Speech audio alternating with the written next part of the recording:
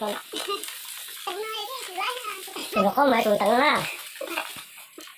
mà rồi có mà rồi có đi không tan thôi rồi tặng nó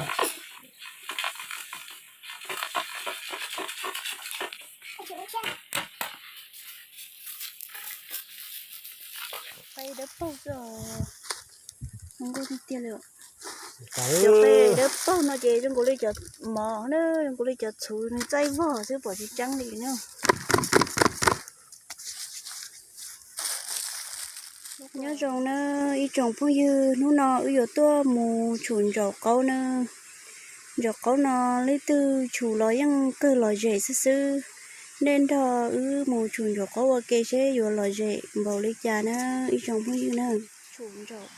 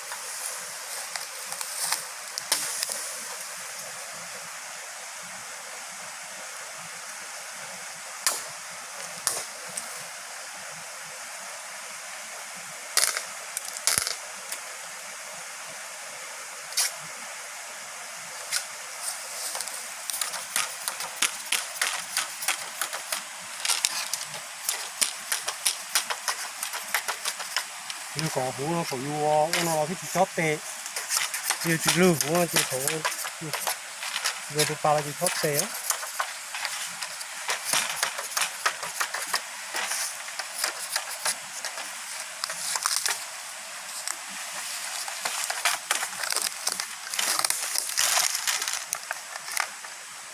cho bay phần non là bé một chủ cho bé lúc hàng nhiêu bé mà đi bay chủ bé nữa giờ một lúc thông bà cho giờ một chuồn rồi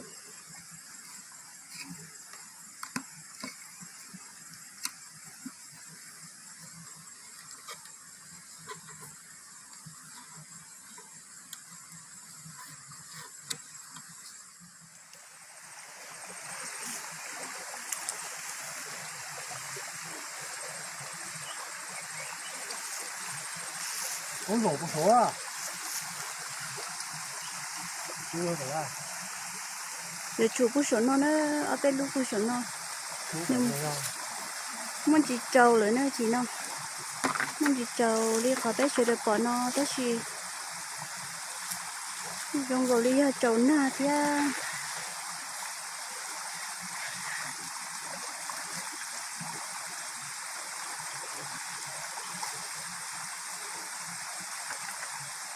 thì nó có đi chỉ cho mua này mua cái sao mua cái nó mình nhận được có mà đâu cóซื้อtới khi mà cho lên nó đâu tới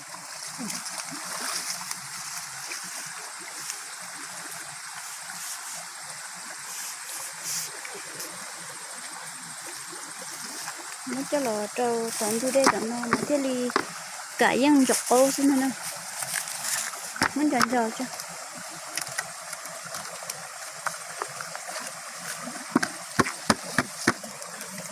tao mà tôi đây có chịu mỗi chịu tôi đây lấy thì cản đéo lo ô chỉ tụi đèn to à mỗi trâu đây đâu có chê chắc một chê này thì cản đéo lư rồi rong có lực mỗi lúc nãy giờ cho lời chu kia mà chịu được ố chịu mốt bán chê trông nó trồng phong gì nữa có chỉ có mua luôn nãy giờ nó còn chỗ kia thế đi tao ca hả nãy giờ mấy chị là tỏi vô chỗ chị chua hủ cả liền lấy con mấy ai hủ nãy giờ nữa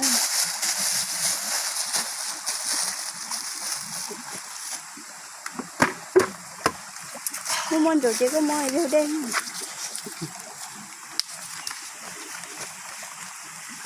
có tờ hai rồi chỉ một bên chơi trong non đó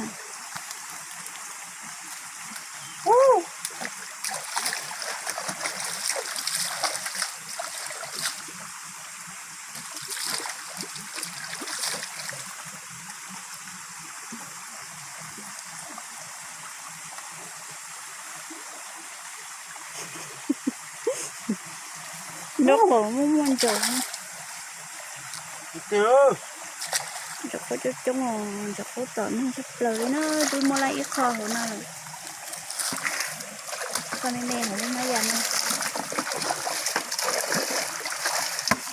cá mù chủ đưa ít kho chia nó ban đầu Ô, tổ liền. Đi đây nào.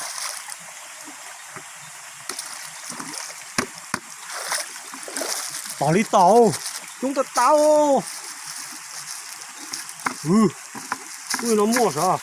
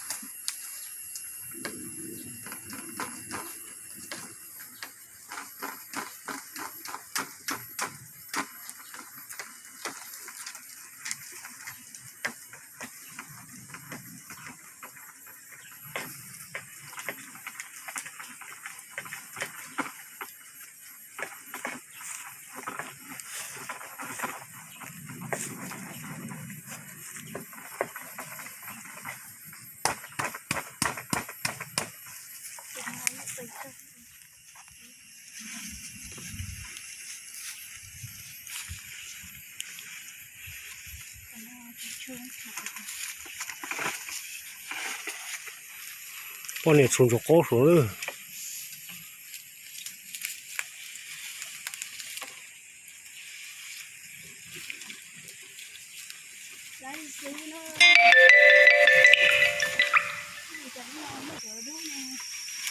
Cho nó tròn.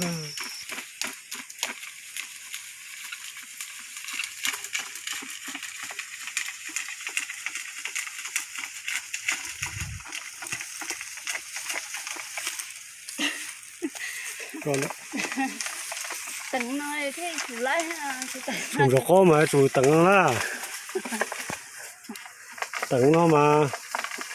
Xuống cho có mà rồi có những bóng tan thao lối đó tầng nó là.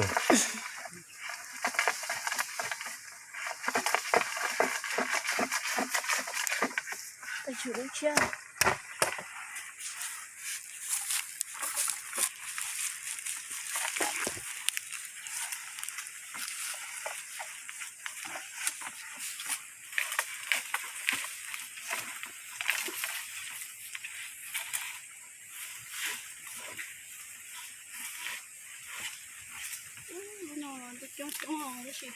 Cái thông cải.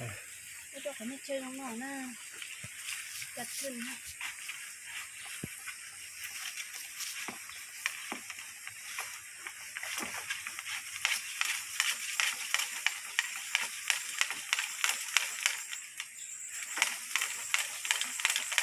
Xếp cơ số.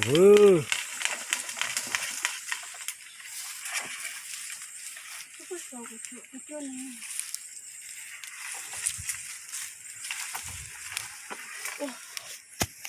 hay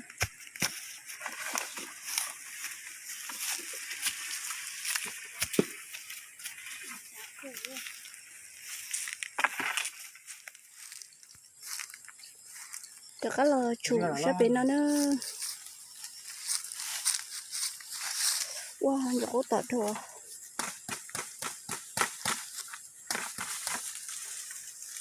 chủ lúc tạt nó mới giật tay chứ wow nhiều có tạt thì chết à tạt cũng cơ lì chứ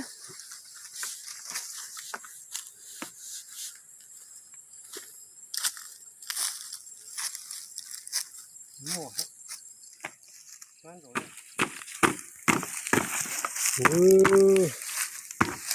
có cái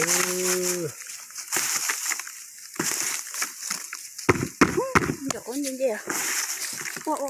đó à.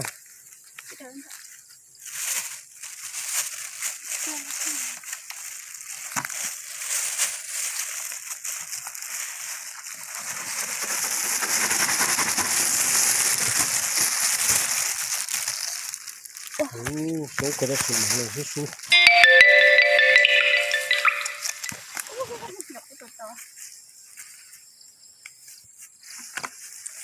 Họ mà cũng cho chó này rồi có tổng thổ này.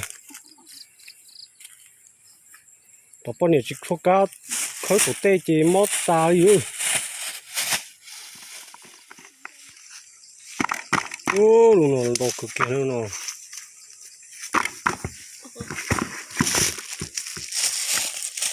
Một nó sẽ giờ thì tôi khởi chơi chỉ nhớ chỉ tàu này nữa.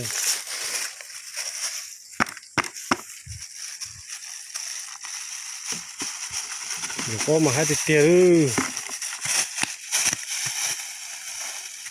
Nên giờ sẽ tụ chuẩn để bộ phứ khó tư sẽ chỉ cho các phứ xe chế tới rồi nhau đi nữa. Thế các tên con mà gà rồi xứ.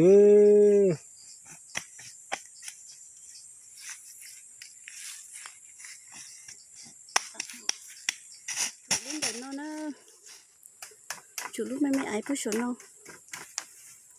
Wow, giờ có tọt thôi à? Giờ có tọt của sát tê theo. Wow, giờ có thật đâu á, mà nó giờ lại nữa.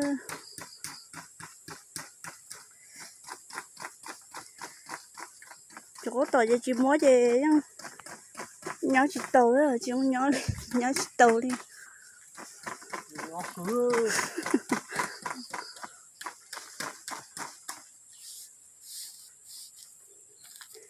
Chết buồn lại.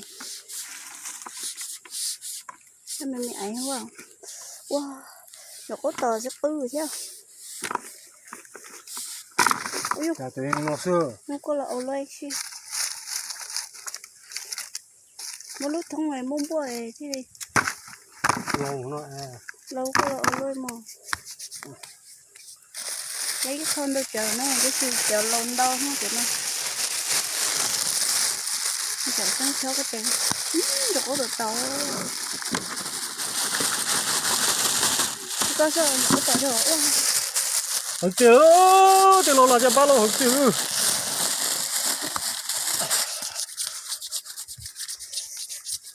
Bây giờ tàu có tàu tí xí liền. Giờ có tàu gì. Cái cơ món nó chỉ mua gì nhau tàu.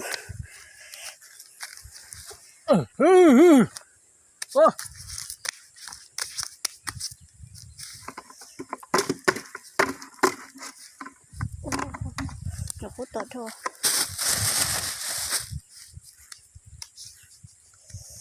Giờ ta có chết đó, chỉ nó có lớn mà chứ. Chúng ta chết nữa.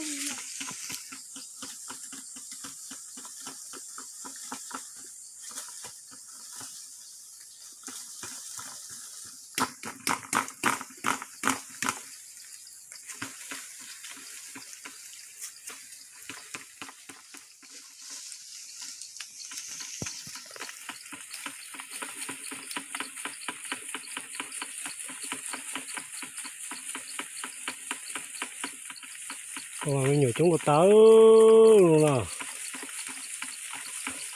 Cái nào chẳng có nhân chua sao nó nhảy cái trống nữa. Nó vô hơn rồi à.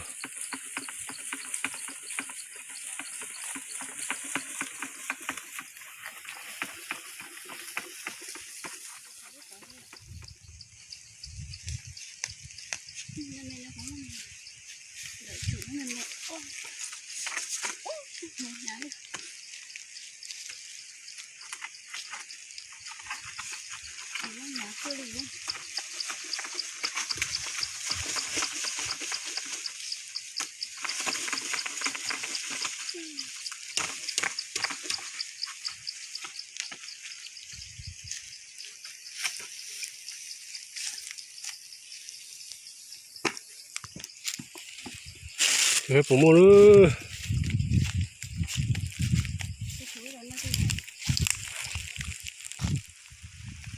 ô đồ nào thay lại luôn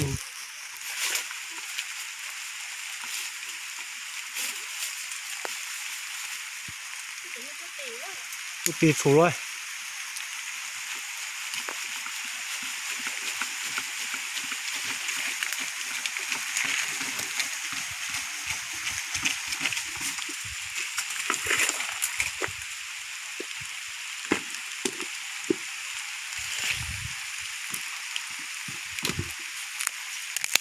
nó có táo cho nó còn đỏ cơ rồi là gì tới đây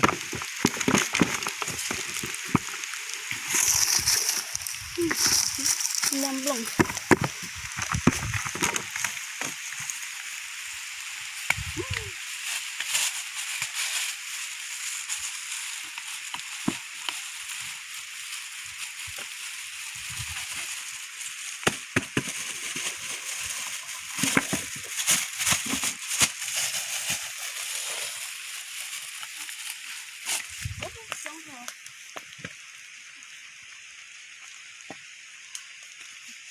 con được ô mà cái nút tem này không ngon kia có tờ cái kia nữa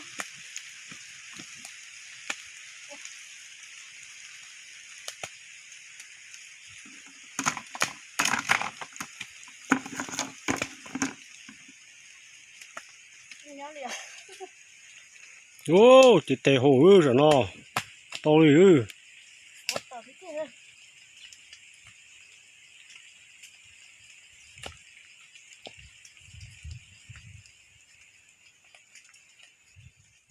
dân đã lo sao cơ nó bên nào uy rồi chủเป็ด trongเป็ดnó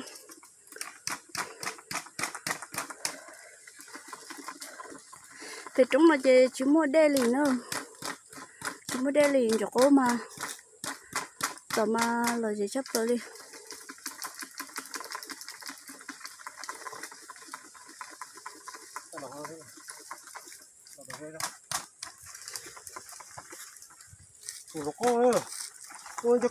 nó có bao tài chị đi tê cửa tê mi rò đi mỏ tà đi hả sụp nó có là bao tụi chúng nó có thứ chị muốn tê chị nhẹ vậy hô sang cổ ta đi hư bao tụi chúng nó có hơn nào nó hả giờ có là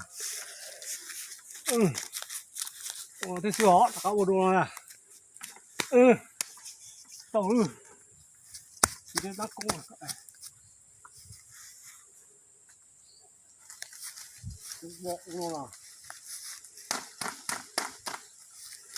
nhưng chủ mua chủ lò đấy xí nữa có một con lò lúc con tên gì mua sắp lời sao cha lúc con chơi cho mổ trong xứ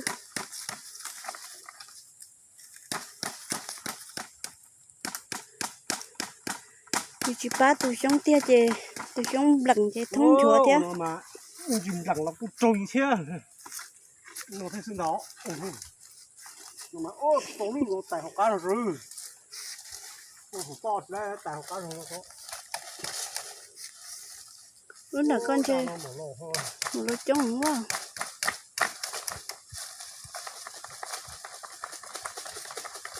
một lô là ô lôi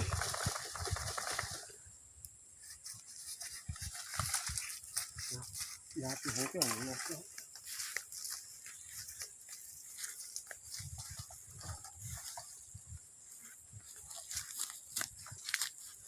sẽ là hẳn đâu ô lên đâu tại xe rồi nữa ta chỉ mắm lông đâu xứ theo cho nó chơi cho tốt tiền đâu xứ muốn lúc thông làm bộ đồ tỏ kìa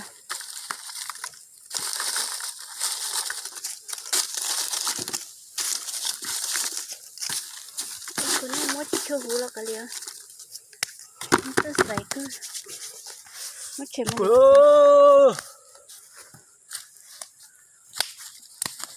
wow tàu cũng có tơ lì chưa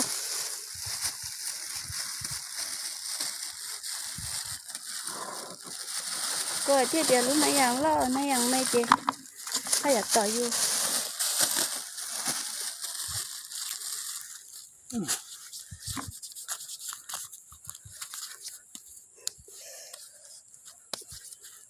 Tàu nữa. Ít tôi tàu của sao tờ theo. Thăm. À.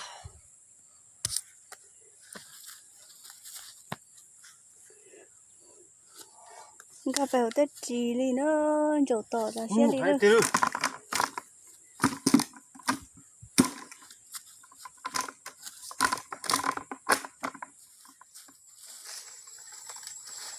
Chú mua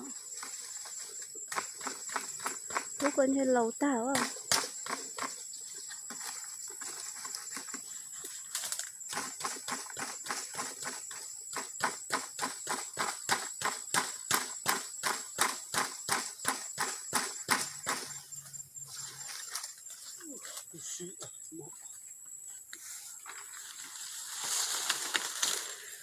Là chủ luôn đã nó nữa.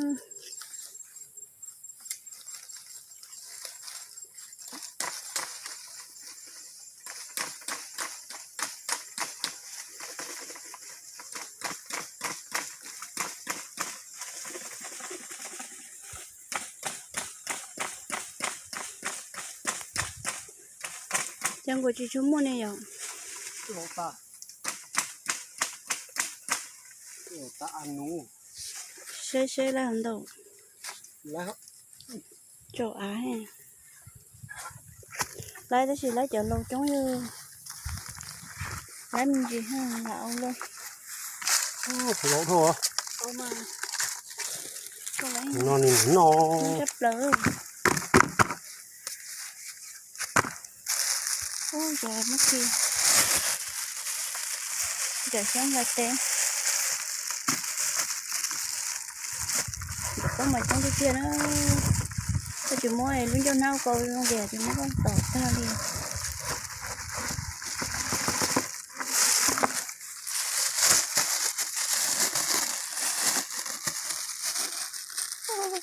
Cho có tỏ chứ. Nói chang rồi mà nó có tỏ ta đi.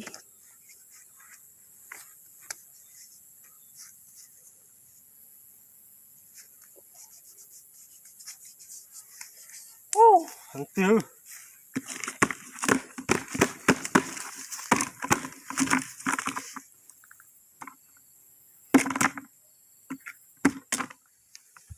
Lúc nào mình nhọn rồi chúng ta sẽ nó chăm một số nó mới gì trâu. Rồi tỏ giác có rồi theo.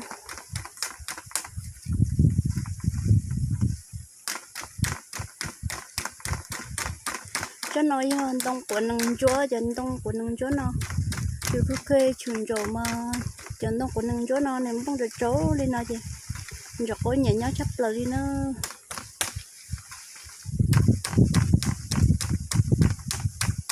mấy đứa con sao vậy mua xe là làm đâu à Thôi mẹ tôi sáng rồi. Nó lấy cho nhiều. đã nhổn mò bay đớp bao giờ không có đi tiền được giờ bay đớp bao nó chỉ trong cổ lấy chợ mò nữa trong cổ lấy chợ chú nó chay vỏ chứ bỏ chỉ trắng đi nữa lúc rồi không có khi là có mình thấy tên mua rồi bây giờ trong thủ cô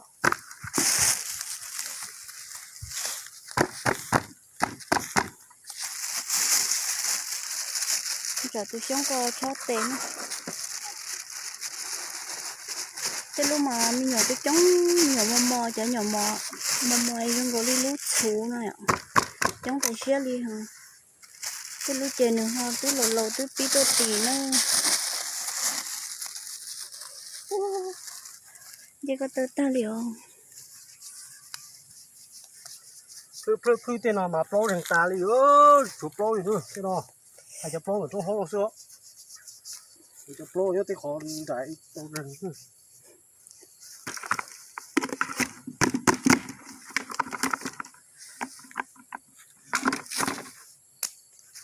lên đâu chờ thế nó tao hồ nó nhột hồ chúng nó xưa nó do bé lú rò không thao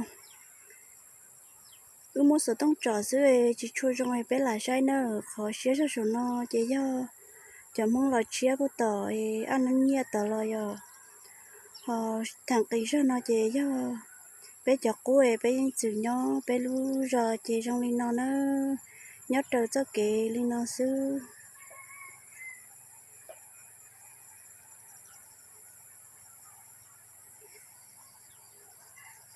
lúc giờ mấy mấy ai nhớ trời kỹ khó xía gì xứ nó trong phong dư ít khó nhón đời lợi chợ rồi muốn chia nó sẽ bị nó như lúc công rồi muốn hơn là cũng nhớ chống cơ xin đi cho họ rồi nữa